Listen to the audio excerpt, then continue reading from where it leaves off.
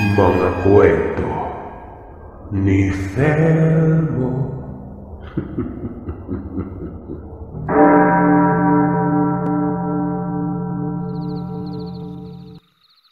Mapagpalang araw sa inyong lahat. Ako po si Ray. Medyo may edad na. Kasalukuyang nasa California. Lumipat kami dito matapos makapag-aral. Lahat kami ng mga kapatid ko, kasama ng aking mga magulang.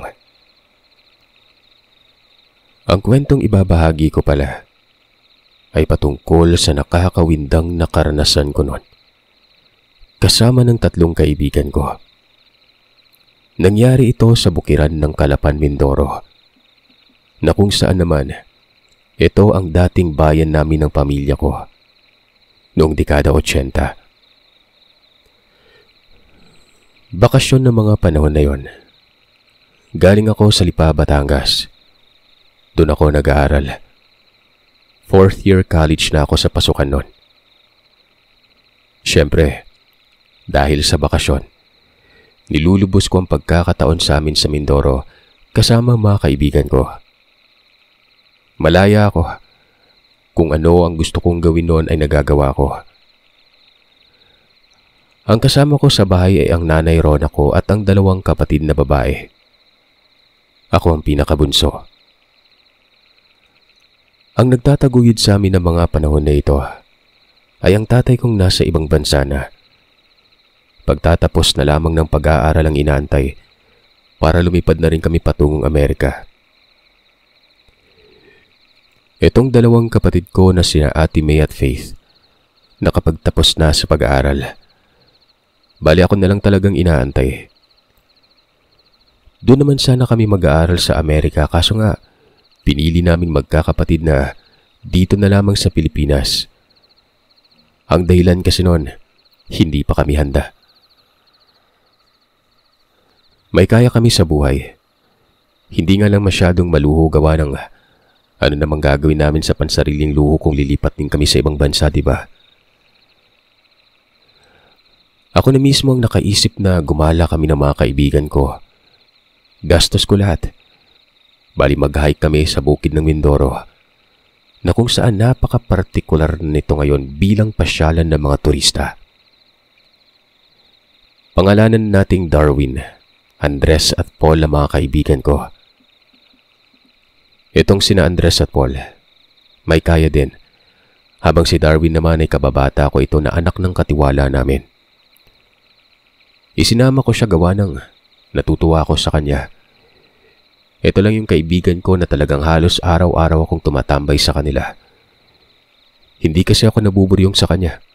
Ang daming alam sa buhay. Lalong-lalo na sa mga kababalagan. Mapamahiin kasi ang kanilang pamilya. Isa pa, pilyo ito na katulad ko. Pagkatapos ng mahal na araw ito nangyari, handa na lahat ng kailangan namin. Pagkain, dilata, mga magagamit sa gabi, mahihigaan at syempre, itak at iba pang patalim. Wala namang problema sa tubig dahil ayon kay Darwin, marami umanong tubig sa gubat. Huwag nang madala ng reserba, sisidlan na lamang.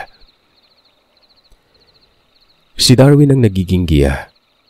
Hindi pa naman siya nakakagala sa lugar pero mapagkakatiwalaan ng mga desisyon niya sa buhay. Bumiyahe kami noon patungo sa paanan ng bundok. Hindi pa ito mismo yung paanan talaga. Kailangan pa naming maglakad ng mahaba bago pa makarating doon. Sobrang na-excite ako.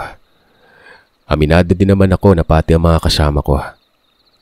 Bakas man ang pagod, pero wala ni isa sa amin ang nagreklamo. Tuwang-tuwa at nagkakaaliwan habang nasa paglalakbay kami noon. Malawak na palayan, maisan, sagingan. Basta sakahan ang bumungad sa amin. Mainit ang tama ng araw pero maganda sa pakiramdam. Hanggang sa makarating kami noon sa liblib. Bihira na lamang ang mga bahay na nakikita namin noon.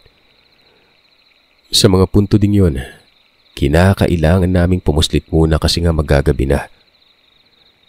Si Darwin ang humanap ng paraan. May napakiusapan kaming bahay. Pinatuloy naman kami at napaunlakan ng pagkain. Ito yung kinagandahan noon dahil ang bait ng nakatira. Buong pamilya sila at ang padre de pamilya dito. Pangalanan nating Mangkado. Tinanong kung saan daw ba kami nakatira at anong sadya namin sa lugar. Sinabi naman ni Darwin lahat ng rason nun. Gagala sa bukid, tatambay ng mga ilang araw. Tumango lamang ito at sinabing mag-iingat kami. Kinabukasan, nang papaalis na kami, may paalala itong padre de pamilya na ito. Iwasan daw namin ng lugar na sa tingin namin ay parang nakakatakot. Bukod pa dyan, kailangan naming magmuni-muni sa bawat nararating. Yung pagmumuni-muni na ibig niyang sabihin nun, paghingi ng pahintulot na dumaan. Tabi-tabi po. Dagdag pa ni Mangkado, ultimong ang taga roon sa kanila. Natatakot sa pupuntahan namin. Marami umanong mga elementong nananahan sa bukid na yon. Minsan na nga umanong may nawala. Nakabalik makalipas ang 1 buwan. Pero nabaliw na yon. Marami umanong pagpaparamdam at dapat naming tandaan na huwag na itong papansinin. Dahil kung papansinin pa, mas paglalaruan umano kami. Maklaro ko lamang, Sir Seth, na sa mga purong Tagalog, yung bukid po sa amin, bundok po yon. Hindi yung tipong tinatawag na bukid na palayan. Yun po yung ibig sabihin ng bukid sa amin, mataas na uri ng lupa. Para akong matatawa noon sa sinabi ng padre de pamilya na tinuluyan namin. Seryoso kasi ang mukha ni Mangkado. Samantalang kagabi habang kakwentuhan namin ito, nagtatagay ng tuba, tapos palabiro pa. Naniniwala naman ako at lumaki sa mga kwentong kababalagan. Pero yung sinabi niya, para bang tinatakot niya na kami noon. Kumbaga sobra-sobra. Nung nagsimula na nga kaming umakyat ng bundok, may landas pa kaming tinatandaan. Balidaanan ito ng tao. Pero nang maglaon ay burado na ang lahat. Ang dami pang mga sagabal pero si Darwin ang gumawa ng paraan. Tinatagpas niya ng itak ang mga ito. Sa bawat lugar ay nagmamarka si Darwin sa isang puno. Sinusugatan niya ang punong yon.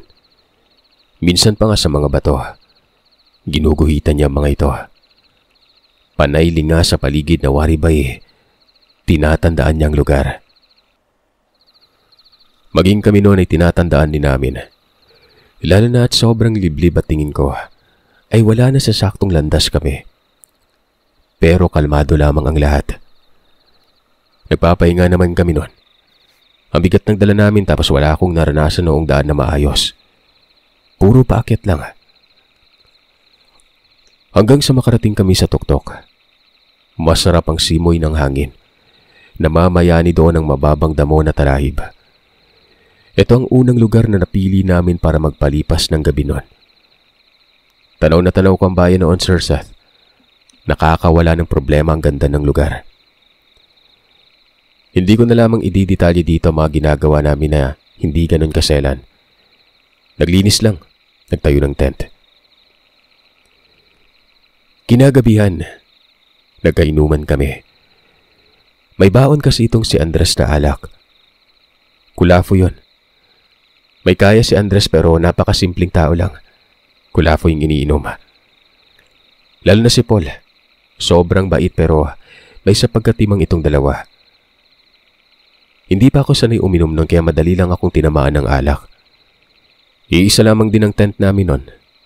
Kumbaga, para sa ulan lang. Kasi ang plano namin na sa bakante kami matutulog. Yung tipong mga sundalo. Gusto ko kasing maranasan ng ganito. Sundalo kasi talaga ang tatay ko at may posisyon siya sa ibang bansa nun. Habang nasa kalagitnaan ng kasiyahan, Nakaramdam ako ng pananakit ng tiyan. Kung kaya naman iniwan ko sila at naghanap ako ng lugar na mapagbabawasan ang kinain ko. Hindi ako sanay sa gubat, pero umaadap ako noon. Hindi ako pumesto sa malapit. Nakakahiya gawa ng aalingaso talaga ang amoy. Nagpapasuray-suray pa ako habang bitbit ang flashlight noon. Kung hindi ko na malaya noon siguro'y nalaglag na ako sa bangin gawa ng pagpatama ko ng flashlight doon. Napa-sign of the cross talaga ako. Sobrang lalim. Tingin ko nga, sa sobrang pagkagulat ko ay may umagas na sa butsi ko. Doon na lang ako nagparaos doon. Hanggang sa namalayan ko, sa kabilang parte ng bangin, nakakita ko ng babae. Malayo ito at madilim pero nagliliwanag ang kaputian niya. Tinamaan pa nga yun ng flashlight at talagang namangha ako gawa ng napakaganda niya, Sir Seth. Hindi ko alam kung guni-guni lamang ba yun pero sinubukan ko namang kusutin ang mga mata ko. Pero naroroon pa rin ito. Hindi ko alam kung bakit wala akong takot nun. At hindi ko alam kung bakit hindi ko naisip na may kakaiba dito. Bagkus, parang naakit ako sa kanya. Lalong-lalo na nang kawayan ako nito. Sobrang lakas pa ng tama ko sa alak nun, kaya siguro nagkaganon. Huli ko na kasi nalaman na merong mali nun. Pero syempre, hindi tayo tatalon doon kaagad. Iisa-isahin natin para malaman niyo ang nangyari talaga. Napalingon ako noon sa kinaroroonan ng mga kasama ko. Naglalaro ng dama si Darwin at Paul, habang si Andres naman ay tila tulog na. Tanaw ko sila sa kinaroroonan ko malayo. Matapos noon, iginala ko ang dala kong ilaw. Tinitingnan ko ang maaaring madadaanan ko sakaling puntahan ko ang babae na hanggang sa mga puntong ito, naroroon pa rin. Ang katipan ng butsi ko kasi nga wala akong dalang papel. Kung anong dahon na lamang yung nilamukos ko tapos inano sa, alam niyo na. Ang postura ng lugar, Pakorting Sion. Yun ang tuktok ng bundok. Yung gitna, malalim. Mabilis kong pinuntahan ang babae. Tanaw ko pa rin ito habang naglalakad ako. Mababa lang naman ang mga damo doon. Hanggang sa napapansin kong para bang palayo siya ng palayo. Umaatras pero hindi gumagalaw. Naisip ko naman na ilusyon lamang yon dahil sa antas ng lugar. Pero nang makarating ako malapit sa kanya, tuon nanlaki ang mga mata ko. Nakalutang siya. Para bang hihiwalay na ko ng diwa noon sa sobrang pagkasindak. Nakatitig lamang ito sa akin at nakangiti nun. Naririnig ko ang mahinang boses niya na para bang sumasabay sa anod ng hangin. Nakakapangilabot. Umeeko yung boses na yon. Dahilan para tumakbo ako pabalik. Wala na akong pake sa dinadaanan ko. Natitisod, nadadapa, nagpapagapang at kung ano-ano pa. Nang makarating naman ako sa pwesto namin, hinanap ko ang mga kasama ko. Wala na sila doon. Maging yung tent, wala na rin. Kumbaga, mga damo na lamang yun. Hindi ko alam ang nangyayari. Hindi ako sigurado pero kapustura talaga ito ng lugar kung saan kami tumigil at nagpatayo ng tent nun. Niyugyug ko ang ulo para siguraduhin kung totoo ba ang lahat pero wala talaga. Naiisip ko na nawawala na ako nun. Natanggal talaga yung alak sa katawan ko. Nahimasmasan ako at pawis na pawis. Nagpalinga-linga ako nun. Naiiyak na ako. sumigaw at paulit-ulit na tinatawag ang mga pangalan ng mga kaibigan ko. Maya-maya pa, may narinig akong boses. Nakakita ako ng liwanag na waribay galing sa flashlight. Para akong hihimatay noon nang makita ko si Darwin. Papalapit ito sa akin, nag-aalala. Nang makita niya ako, nagtanong ito kung ano daw ang nangyayari. Napayakap ako sa kaibigan ko at sinabing salamat. Ikinuwento ko sa kanya ang tungkol sa babaeng nakita ko noon. Itinuro ko pa kung saan banda. Pero ang pagturo kong yun, Sir Seth, sobrang ikinagulat ko. Doon ko nakita ang tent namin. Gulat na gulat at takang-taka talaga ako noon. Kumbaga, yung alam mong parang bumaliktad yung bundok na yon. Pagsipat ko kasi sa kinaroroonan ka mismo, takang-taka talaga ako. Ito yung lugar kung saan ko nakita ang babae. Pero di ba umalis ako dun kanina para bumalik sa tent namin? Tumakbo ako ng tumakbo pero hindi ako nakaalis doon. Ayon naman kay Darwin, nasundan niya daw ako ng tingin habang umaalis. Tapos naglakad daw ako papalayo. Tinatanaw niya at nakita akong nakatayo lamang dito mismo sa kinatatayuan ko ng mga sandaling yon. Hindi daw ako tumatakbo. Nagsisisigaw lamang umano ako noon. Dagdag ba nga ni Darwin, lasing lang umano ako. Baka nanibago ang katawan ko na marami ang ininom kong alak ng gabing yon. At baka yun yung dahilan kung bakit kung ano-ano na lamang yung nararamdaman at nakikita ko sa paligid.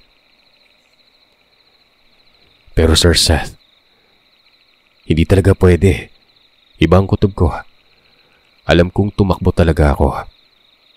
Nakita ko pa nga ang mga paa ko na may sugat at nagsisimula ng humapdi nun. Pero anong sabi ni Darwin? Nakatayo lang daw talaga ako doon habang sumisigaw. Ito yung bahagi ng lugar kung saan ang katapat ay doon ako dumumi. Yun din ang pwesto kung saan nagpakita ang babae. Nagsususuka ako nun. Litong-lito. Takot na takot. Habang papabalik kami noon sa mga kasama namin, inaalala ko talaga kung ano ang nangyari. Tinandaan ko kung saan ako dumaan at tumakbo. Alam niyo ba, nakita ko yung mga hawing talahib. Kaya ano ang ibig sabihin nun? Kayo mga kagiliw, tingin nyo, anong nangyari? Malinaw pa sa sikat ng araw na may kababalaghan talaga. Pero habang patuloy ako sa pagpapaliwanag noon kay Darwin, pinapabulaanan niya yon. Maniniwala umano siyang kababalaghan kung hindi daw ako nakainom. Kalimutan ko na lamang daw yon at ipahinga ang katawan ko para bukas sa pagpapatuloy ng paglalakbay namin. Siya na umanong bahala sa mga maliligit na sugat sa paa ko noon. Pinilit kong lokohin ang sarili ko. Wala din naman kasi ako mapapala kung hindi ang matakot. Magpaganon pa man, hindi ko kinalimutan yon. Nang makarating kami sa tent, maging si Paul at Andres, nagulat din. Ultimo sila ay nakita kong nasa kabilang banda. Nakatayo habang sumisigaw na para umanong nababaliw. Hindi na ako umimik dahil kapag nagpaliwanag pa ako, walang pinag-iba ang magiging reaksyon nila at opinyon kay Darwin. Kinabukasan, sinuri kong muli ang lugar. Sa mga sandaling iyon ay pasikat na ang araw. Masakit ang ulo ko, para bang mabibiyak yon. Mabuti at may dala din kaming gamot nun. Hindi talaga ako makapaniwala na walang nangyari kagabi sa akin, na yung tipong kahibangan lamang yon samantalang totoo talaga ito. Parang gusto ko na nga lang umuwi noon pero nakakahiya naman sa mga kasama ko. Ako yung bumuo ng plano Ako din ang nagpaalam sa kanilang mga magulang na isasama ko yung mga anak nila sa pag-hike, tapos may tour guide para madali ko lang makumbinse. Pero ang totoo, kami-kami lang naman talaga. Nagpatuloy kami sa paglalakbay. Tahimik ako noon. At ito namang mga kasama ko, panay sabi na wag ko na daw isipin yung kagabi. Sa susunod daw ay wag na lang magpasobra ng inom. Iba kasi umano ang tama ng alak noon. Sa mga puntong ito, nakikiramdam ako sa paligid. Tinubuhan na ako ng trauma. Sino ba namang hindi, diba? Bahala na ang mga kasama ko. Basta para sa akin, totoo talaga yon. Ang layo na ng narating namin. Hindi ko natanaw noon halos ang dagat. Kumbaga, puro na lang kabundukan. Hindi naman siguro lingid sa kaalaman ng lahat na ang Mindoro, matatayog talaga mga bundok dito. Nakakaramdam ako na para bang may sumusunod nun. May nahahagi pa ang paningin ko na animoy, tao na nakasilip sa mga puno. Pero kapag humihinto ako at tinititigan ito, naglalaho na lamang yun na parang bula. Hindi ko naman sinasabi ito sa mga kasama ko, pero napapansin ko noon itong si Darwin na tila ba balisa yun. Nauuna ito lagi pero panay senyas ng kamay at pahinto-hinto kami noon. Tinatanong naman ni Andres at Paul sa kung anong nangyayari pero hindi ito nagsasalita. Pakiramdam ko, nakikita ni Darwin ang nakikita ko. Bukod pa doon, pati na din yung tila may sumusunod sa amin. Pero hindi ko siya kinakausap. Gusto ko kasing kumpirmahin ito. Hanggang sa sinabi ni Darwin, nalilihis daw kami ng daan. Dagdag pa nito ay doon daw kami sa gilid ng bangin. Dito na ako sumita nun. Bakit at ano ang problema? May maayos naman na daan, bakit pa doon kami dadaan sa kung saan medyo mapanganib nun? Lumapit sa akin si Darwin at binulungan ako. Sabi nito ay hinaan ko daw ang boses ko nun. May nakamasid umano sa amin at baka mabati daw kami ng mga ito. Narinig nila Andres at Paul ang pagbulong na yon. Sinabi ng mga ito na dalawa na daw kami ni Darwin nun. Baka pati si Darwin kung ano-ano na ang nakikita dahil sa alak. Pero imbis na mainis itong si Darwin, tumango na lamang ito at sinabing sumunod sa kanya. Habang nasa gilid kami ng pangpang nun, kami na ni Darwin ang magkasunod. Sa halip na nasa huli sana ako pero humudyat kasi ito ng pagtango nun na para bang may sasabihin. Hanggang sa nagtanong ito sa kung anong itsura ng babaeng nakita ko kagabi. Dito ay biglang kumabog ang dibdib ko. Sinabi ko sa kanya na nakamaayos na damit at kulay puti ito. Maganda, kulot ang buhok. Hanggang sa ganun na lamang ang pagkagulat ko nang nagwika ito ng naniniwala na ako sa'yo. Hindi ka lasing. Yung babaeng sinasabi mo, nakasunod sa atin. Walang ano-anong huminto ako nun. Nagpapalinga-linga banda sa may itaas. Mas lalong lumakas ang pagkabog ng dibdib ko. Etong mga nakasunod naman sina Paul at Andres. Kalmado at nakangisi pa. Pasimple kong sinabi kay Darwin sa kung ano ang gagawin namin. Ayon naman sa kanya, baka mawala daw ito kapag nakatawid na kami ng bundok. Kung hindi siya nagkakamali, isa umano yung engkanto. At kung hindi siya nagkakamali, hindi umano talaga yon ang totoong itsura nito. Pangit umano ito sa totoo. Naalala niya ang sinabi ng kanyang ama na minsan nang nakaranas na makakita ng babae sa loob ng gubat. Pero nang lumapit ang tatay niya noon, ay para daw itong tao na may ulo ng palaka. Naniwala ako sa mga sinasabi ni Darwin. Pero nakaramdam pa rin ako ng galit sa kanya. Alam ko namang mapamahiin ang kanilang pamilya, talagang malawak ang saklaw sa mga kababalagan.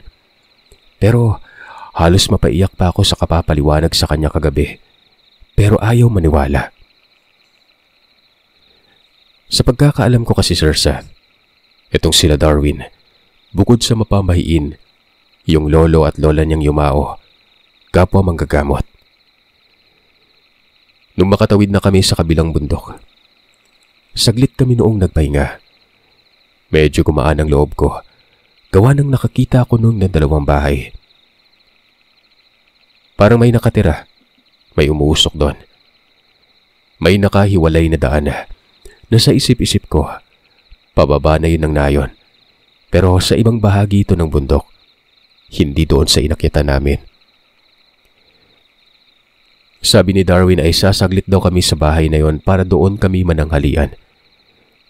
Malapit na kasing magtanghali. Nagkasundo naman kaming lahat. Habang papalapit kami sa bahay, sinabi ko sa kanya na doon na lamang kami dumaan kapag uuwi na. Ay naman kay Darwin, titignan daw namin kasi nga baka mas malayo ito kumpara sa landas na tinahak namin noon. Nung makarating kami sa bahay, bumungad ang isang batang walang saplot at sipunin. Maliit lamang ang unang bahay. Nasa malawak na patagan yon pero nasa itaas pa rin banda ng bundok. Bumati si Darwin.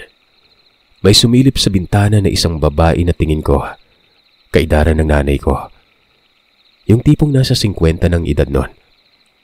Tapos may isa pang babae at medyo bata-bata yun na parang dalaga. Wika ng matanda. Ano ba daw ang sadya namin nun? Yung tono pa ng pananalita nito, Sir Seth, medyo mabigat na parang galit. Pero dahil sa pakikitungo ni Darwin na malumanay, naging malumanay din ito maya-maya pa. Nakiusap ang kaibigan ko na kung pwede doon muna kami manatili. Mga ilang oras lang naman. Tumango naman ang babae. Tapos ay may inilabas itong banga na may lamang tubig. Pinapainom kami noon. Nagtanong yung tila dalaga na saan ba daw kami galing. Sa mga sandaling ito ay ako na ang kumausap. Kako sa bayan. At itinuro ko kung saang direksyon ito. Pero napakunot ang mukha ng babae at sinabing mali umano ang direksyong tinuro ko. Ang kalapan umano ay nasa ibang bahagi nun. Sumabat naman si Darwin. Sabi nito ay nasa ibang bahagi nga.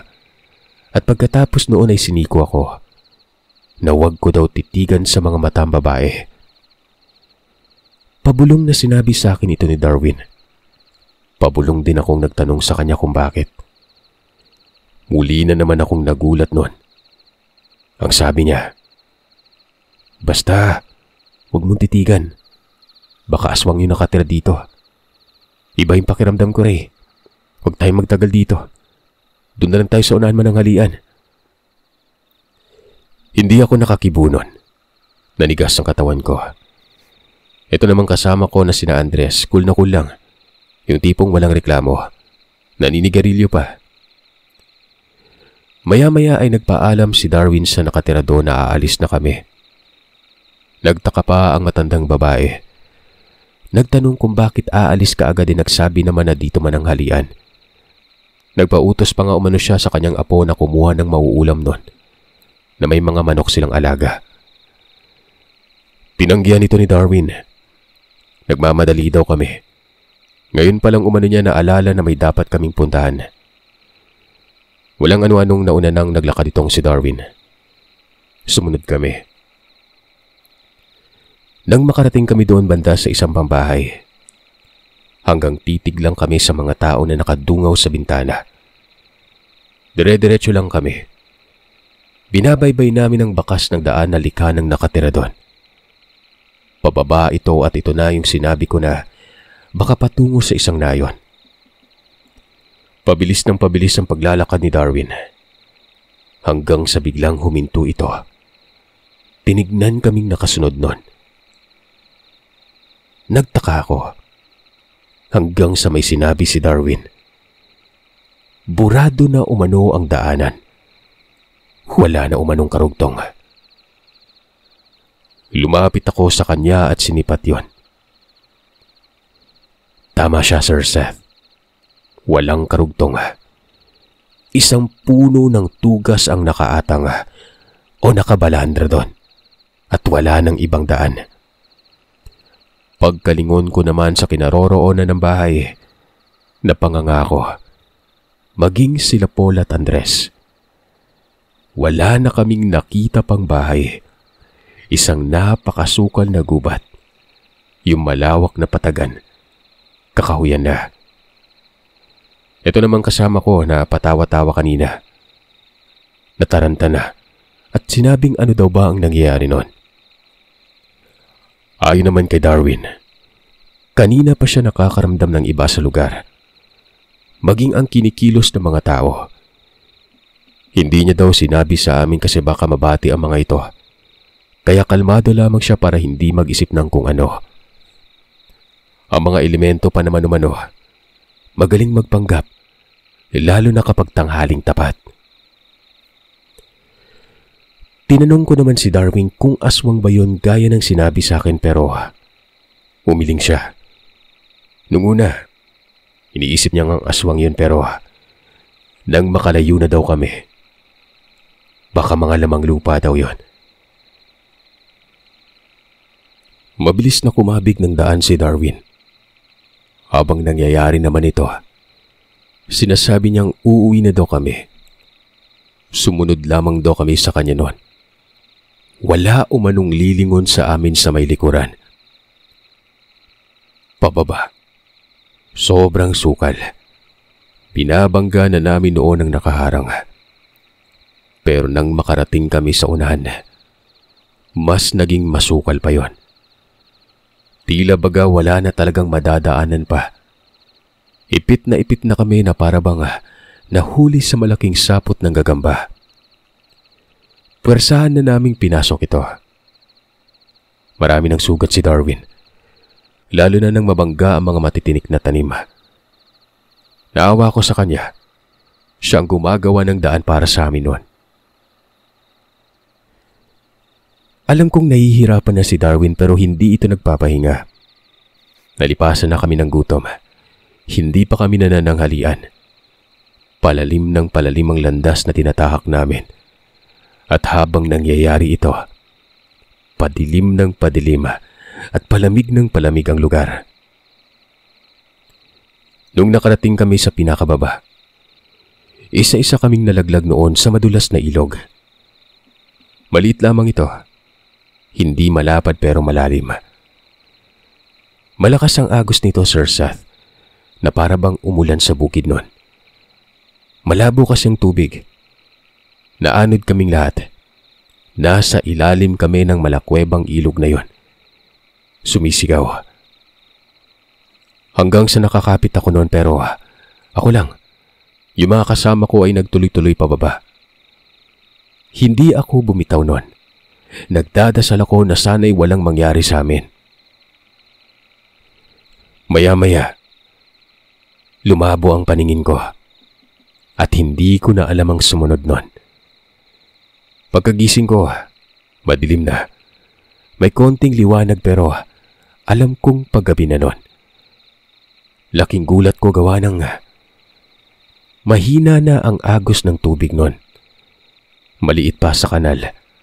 At napapaisip ako sa kung ano ang nangyari. Sinuri ko ang gilid pero wala nang bakas ng basa dito. Tuyo yun na siyang napaka-imposibleng maganap. Bumabaha yung kanina pero papanong hindi man lamang maputik. Hindi naman pwedeng inanod ako. Sumiksik talaga ako nun sa mga ugat ng kung anong punong yon. Natatandaan ko ito at hindi talaga ako nagkakamali. Talagang yon ang kinapitan ko kanina. Isa pa, hindi basa ang suot kong damit at cargo pants na pang sundalo. Maging yung bag ko, walang kabasa-basa nun. Sa kabila ng nakakabaliw na nangyari, Tumayo ako at naghanap ng madadaanan. Pero wala. Alam niyo ba, dapat yung ilog na yon may lagusan, di ba? Pero sa maniwala man kayo at sa hindi, pagtanaw ko sa ibaba, may mga nakaharang na damo, mga baging at may mga bato. Walang karugtong. May tubig pero patungo ito sa maliit na butas sa kabatuang yon. Para akong nananaginip.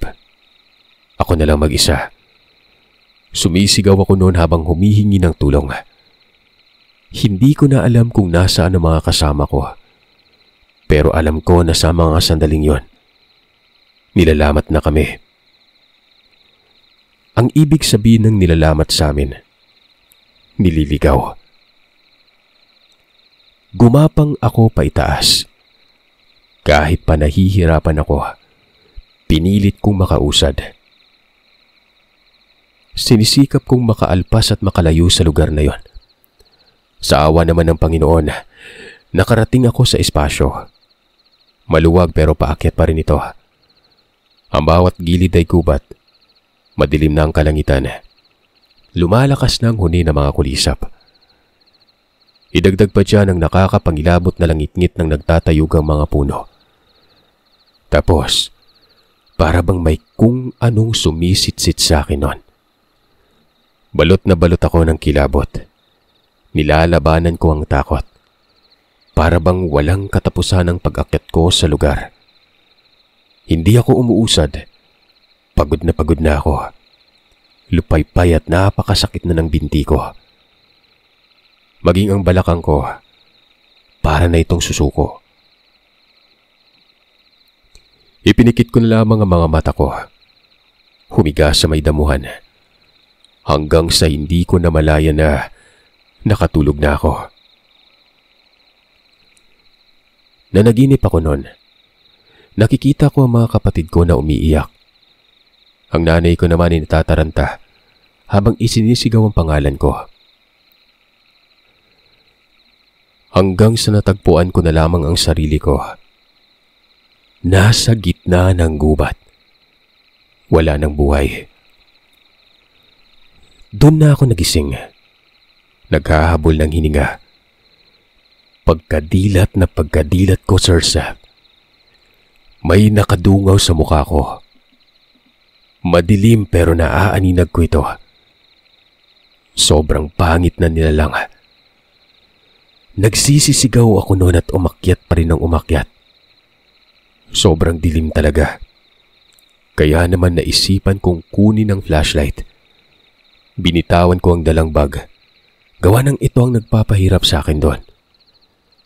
Patuloy ako sa pag-akyat hanggang sa nakarating na ako sa pinakadulo. Tinanaw ko ang ibaba. Tinutok ko ang flashlight sa kung saan ako nanggaling.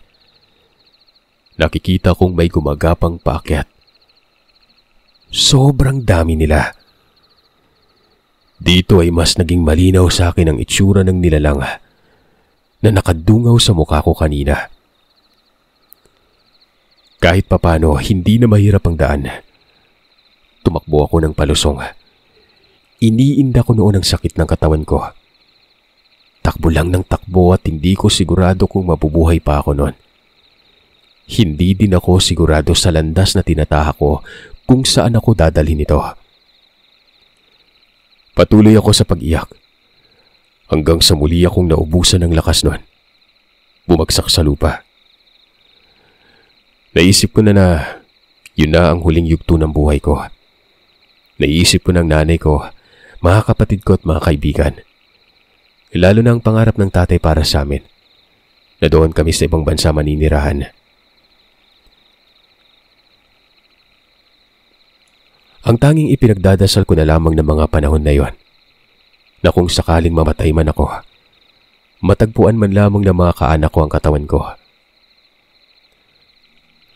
Hanggang sa muli, hindi ko na malayan, Sir Seth. Nakatulog ako.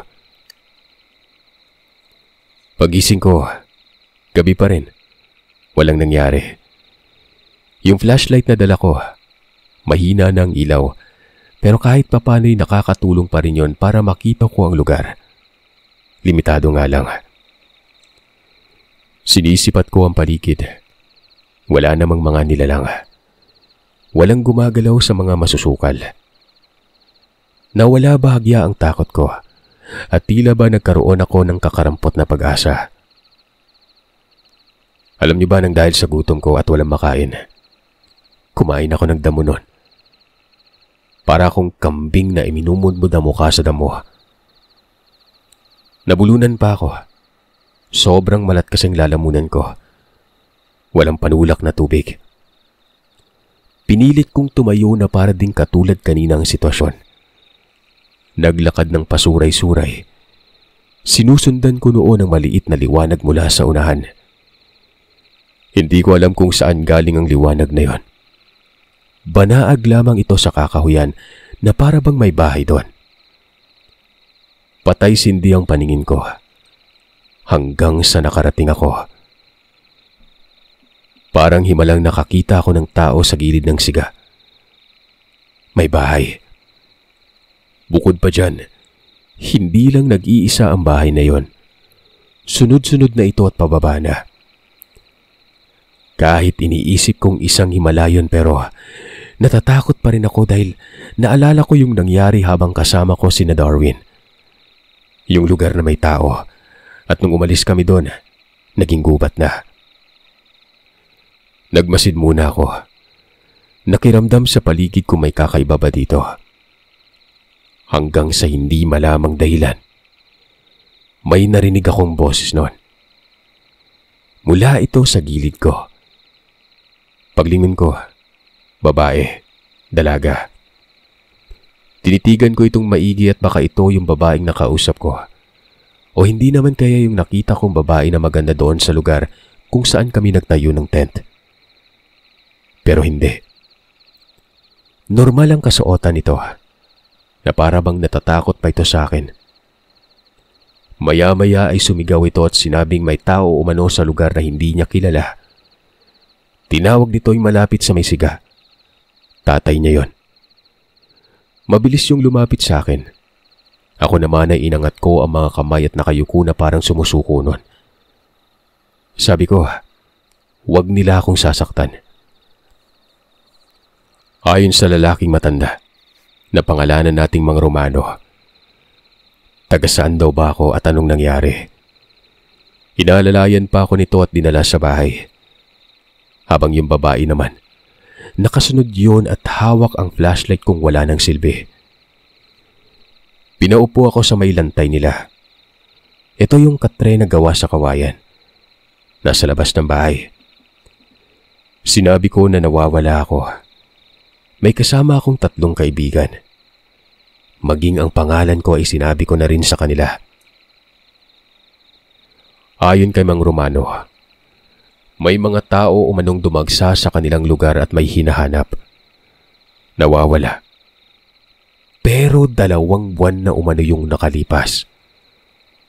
Baka ako daw yung baguhan pa lang. Mabuti kamo at nakaligtas ako.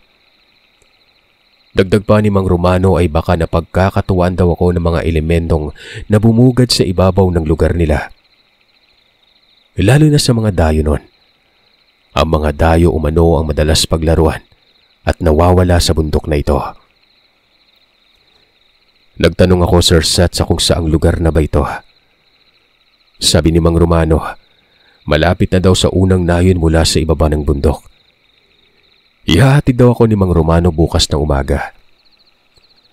Nagtanong ako kung anong oras na ba yon. Ayon naman sa kanya, kagagabi pa lamang umano, 6:30. Napanganga talaga ako. Papanong kakagabi pa lamang matagal akong nagtatatakbo nun. Tapos tulog gising pa. Akala ko nga ng mga sandaling yun ay madaling araw na pero hindi ko na lamang sinabi yun kay Mang Romano. Yung anak niya namang dalaga na pangalanan nating Vilma. Inabutan ako ng tubig. Uminom ako at halos maubos ko ang isang pitsyel. Ang rami kong pasasalamat nun. Umiiyak ako at nagkaroon ng pag-asa ang buhay ko.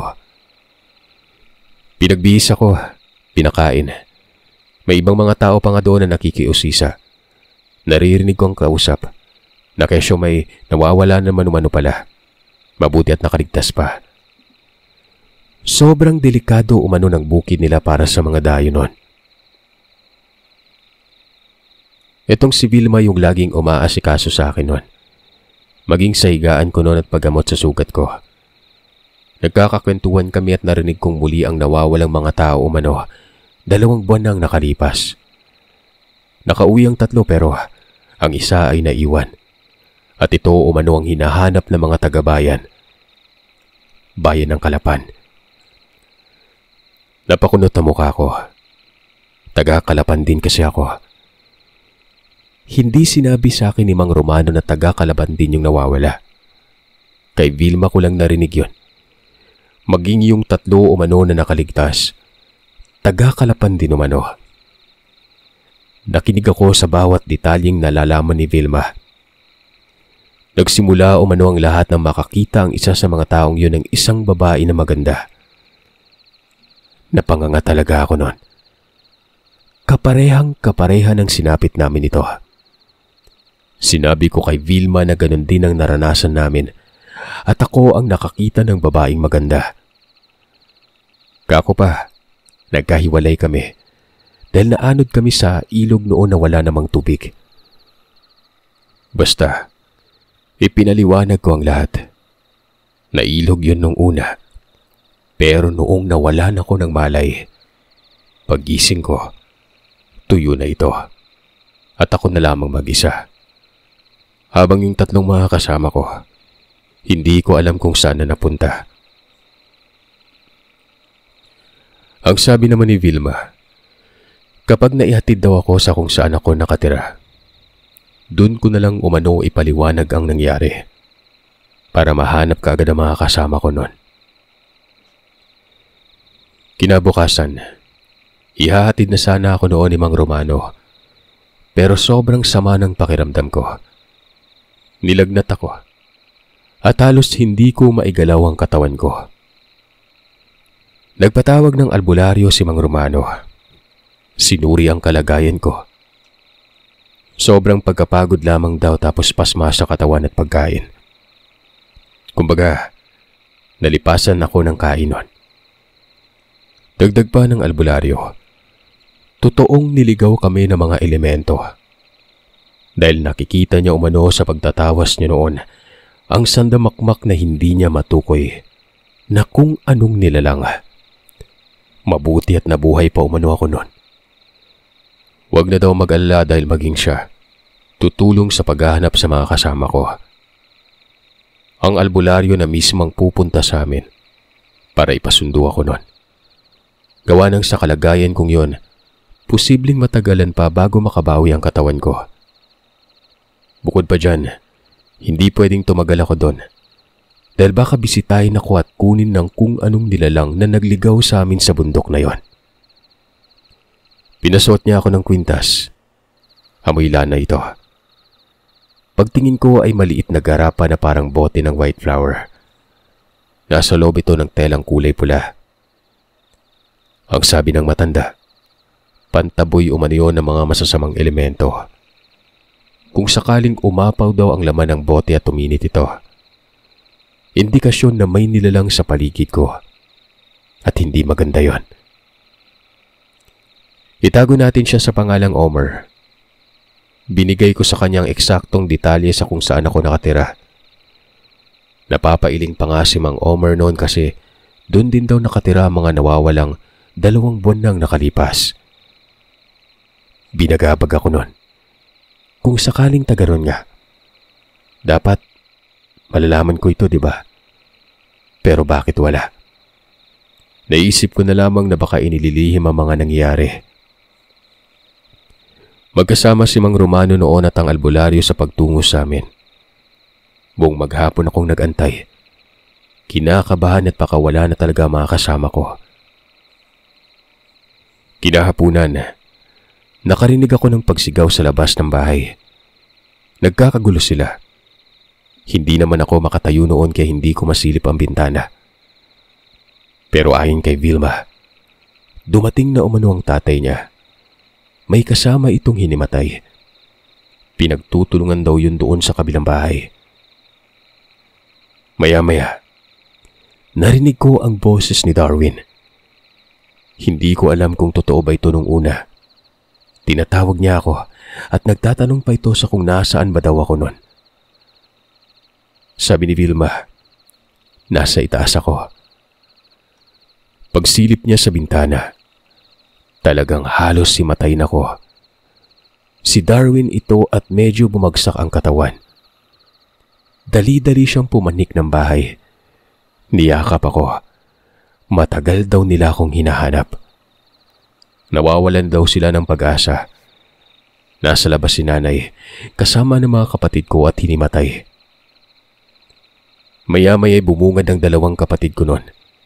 Sumisigaw, sigaw sa tuwa at umiiyak. Hindi ako nakakibo. Hindi maproseso ng isip ko mga nangyari. Ayon kay Ate Faith, 2 buwan na daw akong nawala. Ang mga kasama ko ay nakauwi pero ako naiwan umano. Hinanap nila ako sa ilog pero hindi nila ako natagpuan. Nagtaka ako kung bakit nalunod wala namang tubig bahayon.